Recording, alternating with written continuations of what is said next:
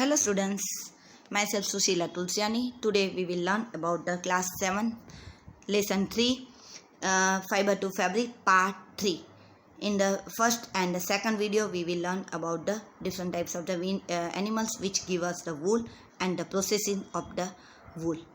Okay, now in part 3 we will learn about the productions of the silk from the silk fibers. Right? Let's start.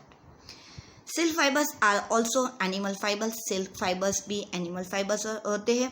Silk worm spin into the silk fibres. Silkworm जो होते हैं वो silk fibres को spin करते हैं. The rearing of the silk worm for obtaining the silk is called the sericulture. जो silk worms को हम पालते हैं फॉर सिल्क के प्रोडक्शन के लिए, तो ये प्रोसेस को सेरीकल्चर कहा जाता है. The rearing of the silkworm for obtaining the silk is called the sericulture. Right?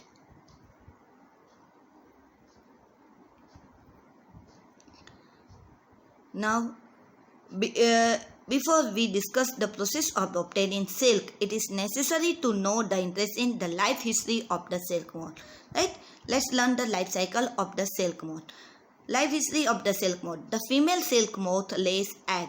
The female, here I am showing the male and the female, right? Silk moth, right? Here the adult silk moth, this is the male silk moth, this is the female silk moth. तो यहाँ जो female silk moth होती है वो eggs देती है.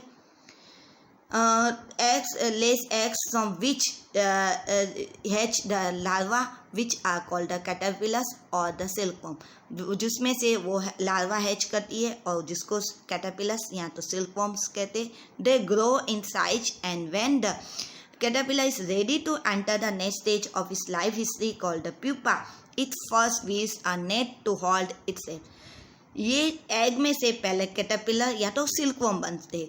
अब ये बड़े होते जाते और कैटरपिलर में से जब प्यूपा बनने की ये जो प्रोसेस स्टेज स्टार्ट होती है, तब ये प्यूपा क्या करता है? It weaves a net to hold itself. एक अपने आसपास एक नेट बनाता है. And then it swings its head from the side to side in the form of the figure 8. जहाँ वो लटकता रहता है from the side to side, 8 के शेप में वो लटकता रहता है. And during this movement of the head, ऐसे ये वो लटकता है और गोल गोल घूमता रहता है, तो क्या होता है उसको ये जैसे हेड घुमाता है, the caterpillar secrets fibre made of made of the protein which hardens on exposure to the air and becomes the silk fibers. Right? ये से घूमता जाता रहता है तो अपने मुंह से एक सीक्रेट फाइबर्स निकालता है जो प्रोटीन का बनता है. राइट? बट वो एटमॉस्फेयर के ऑक्सीजन के साथ कांटेक्ट में आकर हार्ड हो जाता है और वो ही सिल्क फाइबर्स है. फिर से एक्सप्लेन करती हूँ. सिल्क मोथ जो एडल्ट सिल्क मोथ होती है वो अंडे देती है, उसमें से वो उसके ऊपर हैच करती है तो कैटरपिलर बनते हैं. अब कैटरपिलर से जब वो प्यूपा लार्वा के स्टेज में आता है, तब वो प्यूपा के स्टेज में आता है तो वो अपने आसपास एक प्रकार का फाइबर मीन्स एक प्रकार का सिक्रेशन फेस मुंह से निकालता है. और ये जैसे जैसे सिक्रेट करता जाता है तो हालांकि वो प्रोटीन का बना हुआ होता है तो वो एटमॉस्फेयर के कांटेक्ट में आकर हार्डन हो जाता है और इसी को ही हम सिल्क फाइबर कहते हैं. Soon the caterpillar completely cover itself by the silk fibres. तो धीरे धीरे ये कैटरपिलर अपने आसपास पूरा कवर कर देते हैं किसके? सिल्क फाइबर से. And turns into the pupa, और वो अपने आप को प्यूपा में कन्वर्ट हो जाता है. और जो ये बाहर का जो कवरिंग था, this covering is known as the cocoon. ये जो इसने सिल्क का जो कवरिंग किया था उस कवर को कोकून कहा जाता है. The further development of the pupa into the moth continues inside the cocoon. But अंदर जब इसने ऐसे कोकून बाहर बना दिया तो अंदर ये प्यूपा में से अब वो मोथ बनने की स्टेज में चला जाता है. And silk fibres are use for weaving silk cloth. और ये सिल्क फाइबर को मीन्स ये कोकून को का हम लोग सिल्क फाइबर्स के लिए यूज़ करते हैं and silk for weaving the silk cloth. So because now the question is why the soft silk of the yarn is as strong as a comparable thread of the steel. ये silk fibre इतना strong होता है कि जैसे silk का wire होता है. Because ये जो this is made of the first is protein, और प्रोटीन जब एटमॉस्फेयर के कांटेक्ट में आता है तब वो सॉलिडिफाई हो जाता है और इसलिए that is the too strong. The silk yarn thread is obtain from the cocoon of the silk moth. जो सिल्क यार्न जहाँ तो थ्रेड है वो cocoon of the silk moth में से निकाला जाता है। There is a variety of the silk moth which look very different from the one another, and the silk yarn they yield in the different in the texture, coarse, smooth, shiny, etc. Right, means ऐसे नहीं समझा जाएगा कि एक ही तरह का silk का material होता है या एक ही सिल्क मोथ होती है, but there are the many varieties of the silk moth which gives the different types of the silk fibres. और ये सिल्क फाइबर कैसे डिफर होते हैं उसके टेक्सचर में, मीन्स कई कोर्स होते हैं, कोई स्मूथ होते हैं, कोई शाइनी होते हैं, डस्ट, और उसके अकॉर्डिंग सिल्क का मटेरियल बनता है, जो जिसके एग्जांपल है tussar silk, muga silk, then kosa silk etcetera, and are obtain from the cocoon spawn by the different types of the moth, जो कोकून में से निकाला जाता है। गेटिंग, जो सिल्क मोथ होते हैं वो डिफरेंट वेराइटीज होती है, और इसलिए उसके जो डिफरेंट सिल्क मोथ में से डिफरेंट टाइप के सिल्क फाइबर्स सीक्रेट होते हैं, और डिफरेंट सिल्क फाइबर्स में जैसे वो कोर्स है या सॉफ्ट है या शाइनी है, ऐसे डिफरेंट सिल्क मटेरियल्स मिलते हैं जिसको हम लोग टोसा सिल्क या मुगा सिल्क या कोसा सिल्क ऐसा नाम दिया जाता है। The most common silk moth is the mulberry silk moth. सबसे जो मोस्ट कॉमन सिल्क मोथ है वो मलबेरी सिल्क मोथ है। The silk fibres from the cocoon of the moth is the soft, lustrous, elastic and can B died in the beautiful colours. क्यों? क्योंकि the silk fibre जो mulberry silk moth में से मिलता है वो soft भी है, लस्टरस मीन्स शाइनी, चमक वाला भी है, इलास्टिक भी है, means that can be elasticable, right, and can be the dyed in the beautiful colours. वो उसको ब्यूटीफुल कलर्स में हम उसको डायरेक्ट किया जाता है। नाउ सेरिकल्चर और the culture of the silkworms is a very old occupation in India. जो सेरिकल्चर या कल्चर ऑफ द सिल्कवॉर्म है वो इंडिया में बहुत ही कॉमन ऑक्यूपेशन है। India produces a plenty of silk on a commercial scale. India जो है बहुत ही मात्रा में सिल्क कॉमर्शियली प्रोड्यूस करता है, right. Now one note is that important. In India, women are significantly involved in the various kinds of the industries related the silk production. Right? India में जो silk production में उसमें women's ज़्यादा participate करती है. These are the rearing of the silkworm, reeling of the silk from the cocoons, and processing of the raw silk into the fabrics. By their enterprise, they contribute to the nation's economy. Right? ऐसे वो देश को economy में भी ज़्यादा participate करते हैं. China leads the world in the silk production. India also ranks among the leading silk producing countries. Right? China के बाद इंडिया का नंबर आता है. Okay?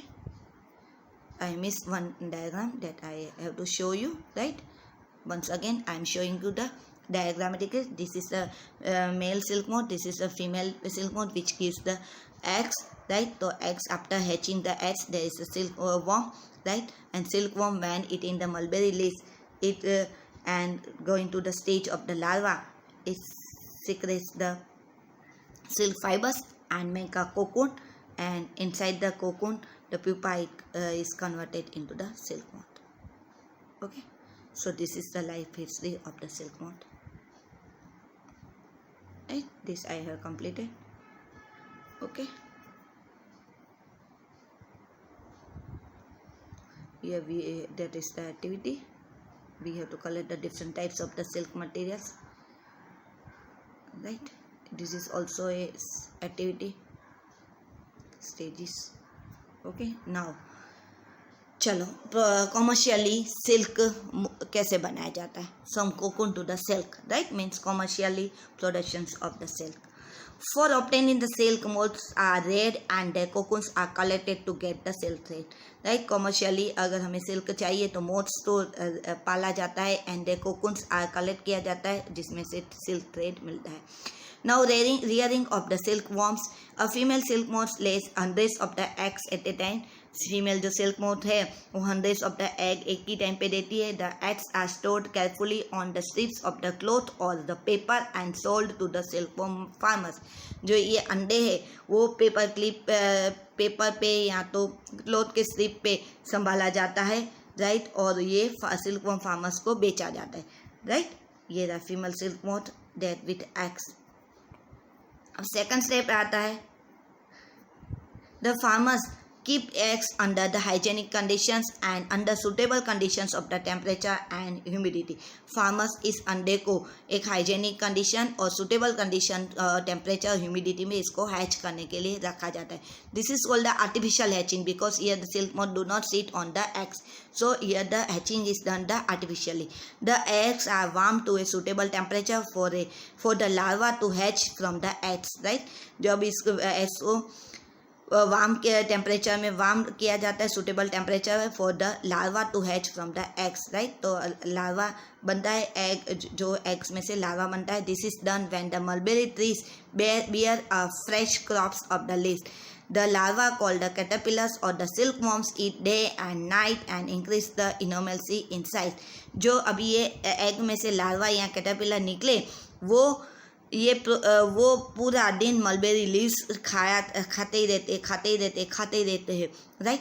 और ये इसीलिए ये जो एग्स में से ये जो हैचिंग किया जाता है वो मोस्ट प्रोबेबली जब मलबेरी को फ्रेश लीव्स आते हैं तभी किया जाता है, क्योंकि तब ऐसा ना हो कि जो ये कैटरपिलर है उसके लिए ये लीव्स कम हो जाए. ओके, तो they are eating the mulberry leaves. Larva caterpillar silkworm feeding on the mulberry leaves. ये मैं बाद में समझाऊंगी, पहले इस लाइफ साइकिल कंप्लीट करने दो. Okay, now the larva are kept in the clean bamboo trays along with the freshly chopped mulberry leaves. After 25 to 30 days, the caterpillar stop eating and move to a tiny chamber of the bamboo in the tray to spin the cocoon. अब ये larva जो थे वो clean bamboo trace में 25 to 30 days में mulberry leaves के साथ रखा जाता है. लेकिन 25 to 30 डेज के बाद ये कैटरपिलर्स खाना बंद कर देते हैं और उसको मूव किया जाता है tiny chamber of the bamboo के अंदर, right, to spin the cocoons. और ये स्मॉल रैक्स और द ट्विग्स में be provided in the trays to which cocoons get attach. इसके अंदर स्मॉल रैक्स या तो ट्विग्स प्रोवाइड किया जाता है. द कैटरपिलर्स और the silkworm spins the cocoon inside which develops the silkworm. जो कैटरपिलर या तो सिल्कवर्म है वो इसके अपने आसपास अभी कोकून बनाना, जैसे मैंने कहा था ना, एक शेप में वो सीक्रेट फाइबर्स करता ही रहता है, राइट. और वो कोकून बनता ही जाता है और फिर ये कोकून में से अभी सिल्क लिया जाता है. तो उसके लिए क्या किया जाता है? So the next step is the processing of the silk. A pile of the cocoons is used for the obtaining the silk fibers. अब इतने सारे कोकून्स को, पाइल्स ऑफ द कोकून्स को कलेक्ट किया जाता है सिल्क फाइबर के लिए. The cocoons are kept under the sun और बॉइल्ड और एक्सपोज टू द स्टीम.